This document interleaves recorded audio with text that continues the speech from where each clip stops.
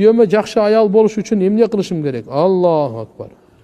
Мына аялдар ушу суроону көбүрөөк берсе жакшы болмок эле. Күйөөмө жакшы аял болуш үчүн эмне кылышым керек? Машаалла.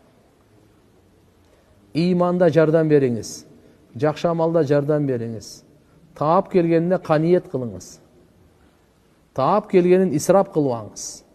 Качан келсе жылмайып күтүп алыңыз.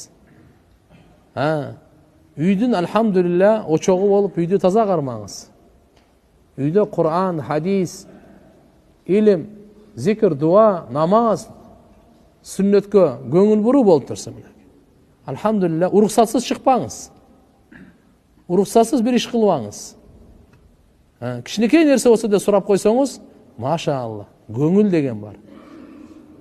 Бул адамдын ортосун жакындата турган мухаббат деген бар. Макулбу? Негизгилери ушу да.